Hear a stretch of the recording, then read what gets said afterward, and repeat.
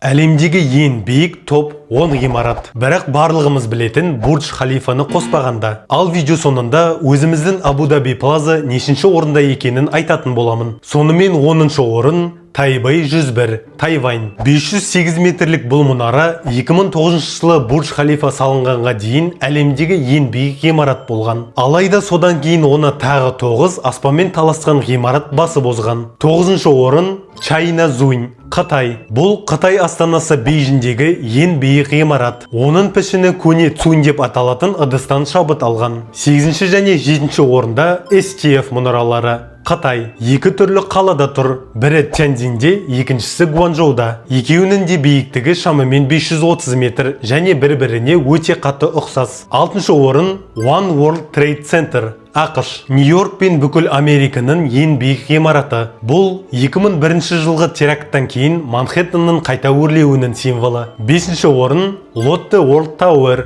оңтүстік Корея. Сеулде орналасқан. Оңтүстік Кореядағы ең ірі компаниялардың бірі Lotte салған алып бөтелке мұнара. 4-ші орын Ping An International Finance Center. Қытай. Тағы бір қытайлық кеңсе мұнарасы, бірақ әлі де ең биігі емес. Шэньчжэнь қаласында орналасқан, биіктігі 599 метр. Ал енді үздік үштікке көшейік. 3-ші орын Абраш Әл-Бейт, Сауд Арабиясы. Әлемдегі массасы бойынша ең үлкен ғимарат. Мекке қаласында қасиетті мешіттің жанында орналасқан және Биг Бен сияқты алып сағаты бар. 2-ші орын Шанхай мұнарасы. Қытай. Қытайдағы ең биік ғимарат Шанхайда орналасқан. Бұралып тұрған ерекше пішінді мұнараның биіктігі 632 метр. Айтпақшы, мен есім Нұрмұхан. Әлемнің қызықты деректерін білу үшін маған жазылуды ұмытпаңыз. Ал 1-ші орын Мердека 118 мұнарасы. Малайзия. Қазіргі таңда Бурдж Халифадан кейінгі ең биік ғимарат. Куала-Лумпурда 2 жыл бұрын салынған. Ерекше иілген дизайны бар. Биіктігі 678 метр. Ал Астанадағы Абу-Даби Плаза ғимараты 382 метр биіктігімен әлемде 52-ші орында.